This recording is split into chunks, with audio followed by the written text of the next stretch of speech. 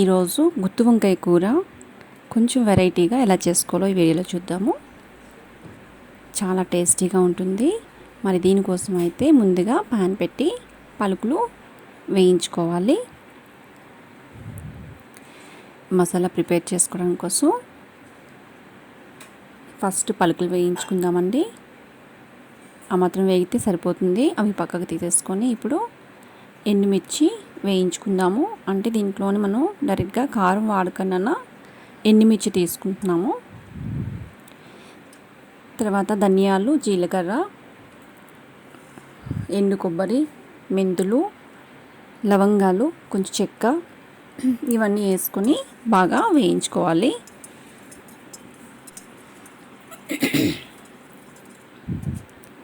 అవి వేగిన తర్వాత అవి కూడా పక్కకు తీసుకొని చల్లారిన తర్వాత మిక్సీ పట్టుకోవాలి పౌడర్ని. ఇంకా ఇందులోని నువ్వులు కూడా యాడ్ చేసుకోవచ్చు. నేనైతే యాడ్ చేయడం లేదు, ఈరోజు సాటర్డే అనేసి నేను యాడ్ చేయట్లేదు. పౌడర్ చేసుకున్న తర్వాత అందులోని సరిపడా సాల్ట్ వేసి బాగా కలుపుకోవాలి. ఇది పక్కన పెట్టేసుకుందాము.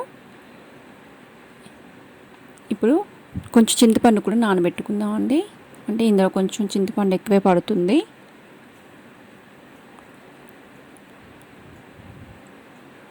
ఇప్పుడు వంకాయలు తీసుకొని సగానికి కట్ చేసుకొని పక్కన పెట్టుకుందాము.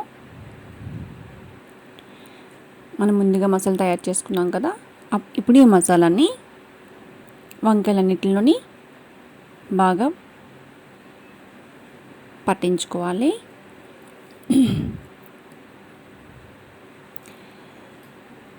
ఎప్పుడు మనం ఆనియన్స్తోని చేసుకుంటాము. ఆనియన్ ఇవన్నీ వేసి ఒకసారి ఇలా కూడా ట్రై చేయండి. ఈ వంకాయలు కూడా పక్కన పెట్టుకొని ఈ పౌడర్ని కూడా పక్కన పెట్టుకుందామండి. ఇప్పుడు ప్యాన్లోని ఆయిల్ వేయాలి. ఆయిల్ కొంచెం ఎక్కువే పడుతుంది. ఆయిల్ హీట్ అయిన తర్వాత ఈ వంకాయలన్నీ వేసి వేయించుకోవాలి. కొంచెం అలా కలుపుకొని మూత పెట్టుకుందామండి. 3 మినిట్స్కి ఒకసారి తీసి అది తిప్పుతూ ఉండాలి. కొంచెం ఆయిల్లోని ఇవి వేగిన తర్వాత తిప్పుకుంటూ ఉండాలి 3 మినిట్స్కి ఒకసారి. ఇవి బాగా ఆయిల్లో వేగితే మనకి ఆ పచ్చివాసన అనేది, వంకాయ కొంచెం దీనిగా ఉంటుంది కదా, ఆ పచ్చివాసన అనేది ఉండదు.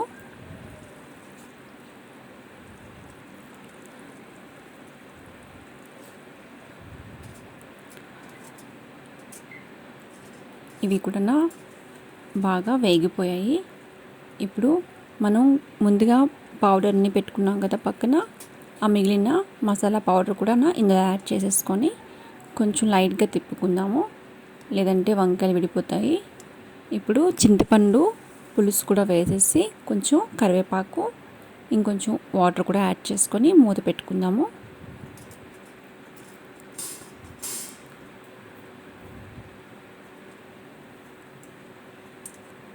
టేస్ట్ చూసుకొని సాల్ట్ పడితే సాల్ట్ వేసుకొని మళ్ళీ మూత పెట్టుకుందామండి. కొంచెం ఆయిల్ పైకి వచ్చేంత వరకు కుక్ చేసుకోవాలి.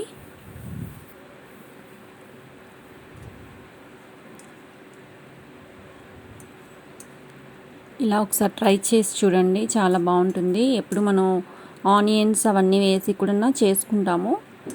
సో ఇది కొంచెం వెరైటీగా ఉంటుంది, చాలా బాగుంటుంది. మీరు కూడా తప్పకుండా ట్రై చేయండి.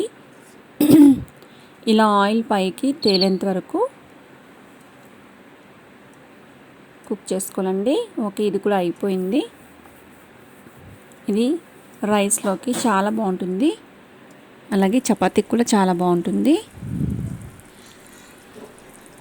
మీరు కూడా ట్రై చేసి మీ ఫీడ్బ్యాక్ కూడా నాకు కామెంట్ రూపంలోనే తెలియజేయండి. Thank you for watching.